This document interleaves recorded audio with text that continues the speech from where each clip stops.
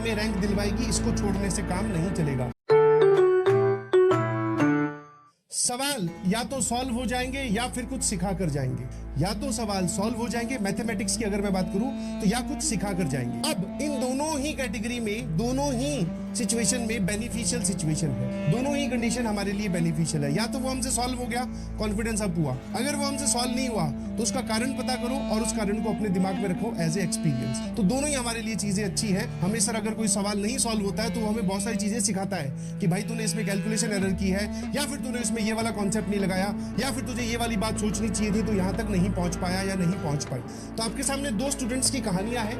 ये दो स्टूडेंट हैं, स्टूडेंट ए और स्टूडेंट बी। ध्यान से पढ़ते हैं। ये अपने आप को बोलते हैं एक बंद कमरे में, जिस स्टडी टेबल पे ये बैठ के पढ़ते हैं उसमें स्टूडेंट ए और स्टूडेंट बी की कहानी देखो सामने आराम से। स्टूडेंट ए क्या बोलता है, क्लास में सब कुछ समझ में आ जाता है। ध्यान से ना, कि मैथ्स बहुत डिफिकल्ट है, मैथ्स में बहुत टाइम लगता है, मैथ्स की जगह कोई और सब्जेक्ट पढ़ लेता या लेती हूँ। ये स्टूडेंट ए की कहानी है। एक बार बताओ, इस कहानी से कौन सा एटीट्यूड आपको दिखाई देता है? Is it A winners attitude और ए लूजर्स एटीट्यूड? मतलब सर ये तो गिव अप करने वाला एटीट्यूड है। This is give up attitude. क्या मैं सही बोल रहा हूँ कि हाँ सर, घर क्लास में तो सारी चीजें समझ में आती है, घर पे जाते हैं तो कुछ क्वेश्चन हमसे नहीं सॉल्व होते हैं, मैथ्स बहुत डिफिकल्ट है, मैथ्स में टाइम लगता है, फिर वो अपने आप को बोलने लगता है कि मैथ्स की जगह कोई और सब्जेक्ट पढ़ लेता हूँ या लेती हूँ। ठीक है, अब स्टूडेंट बी की कहानी सुनो।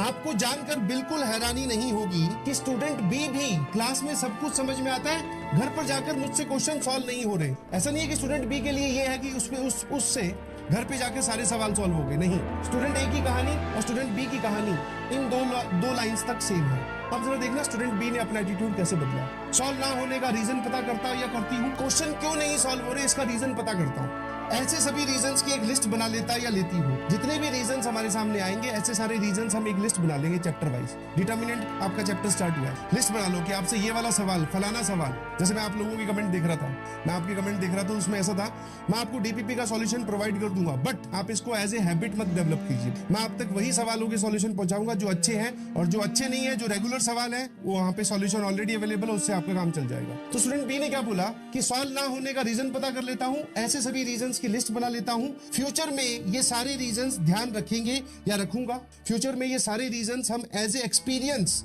कि कोई भी डिटर्मिनेंट का या किसी भी चैप्टर का कोई नया सवाल आएगा तो हम ये सारे रीजंस ध्यान रखेंगे कि हाँ यार, मुझसे उस सवाल में कैलकुलेशन की मिस्टेक हुई थी, उस सवाल में मैंने कॉन्सेप्ट गलत लगा दिया था, उस सवाल में मुझे सर ने वो बताया था, इस वजह से मेरा वो सवाल गलत हुआ था, अब उसको मैं ठीक कर लेता हूँ। तो ऐसे फ्यूचर में ये सारे रीजंस एज ए एक्सपीरियंस अपने पास रखना। मैथ्स हमें रैंक दिलवाएगी। सर व्हाई दिस स्टेटमेंट, आपने ये क्यों लिखा?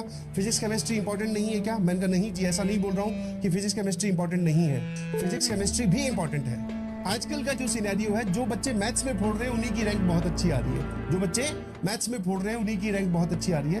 तो मैथ्स ही हमें रैंक दिलवाएगी, इसको छोड़ने से काम नहीं चलेगा। जबकि स्टूडेंट ये क्या बोल रहा था कि मैथ्स बहुत डिफिकल्ट आ रही है तो कोई और सब्जेक्ट पढ़ लेते हैं। पढ़ाई दोनों ही पढ़ना चाहते हैं, दोनों ही स्टूडियस है, मतलब दोनों ही पढ़ने वाले स्टूडेंट्स हैं, बट ये मैथ्स को छोड़कर फिजिक्स केमिस्ट्री पे टाइम दे रहा है। और ये क्या कर रहा है सर, फिजिक्स केमिस्ट्री को अलग से टाइम तो दे रहा है जो उनका रिक्वायर्ड है, बट मैथ्स को छोड़ नहीं रहा है, ये वाले सारे स्टेप्स फॉलो कर रहा है।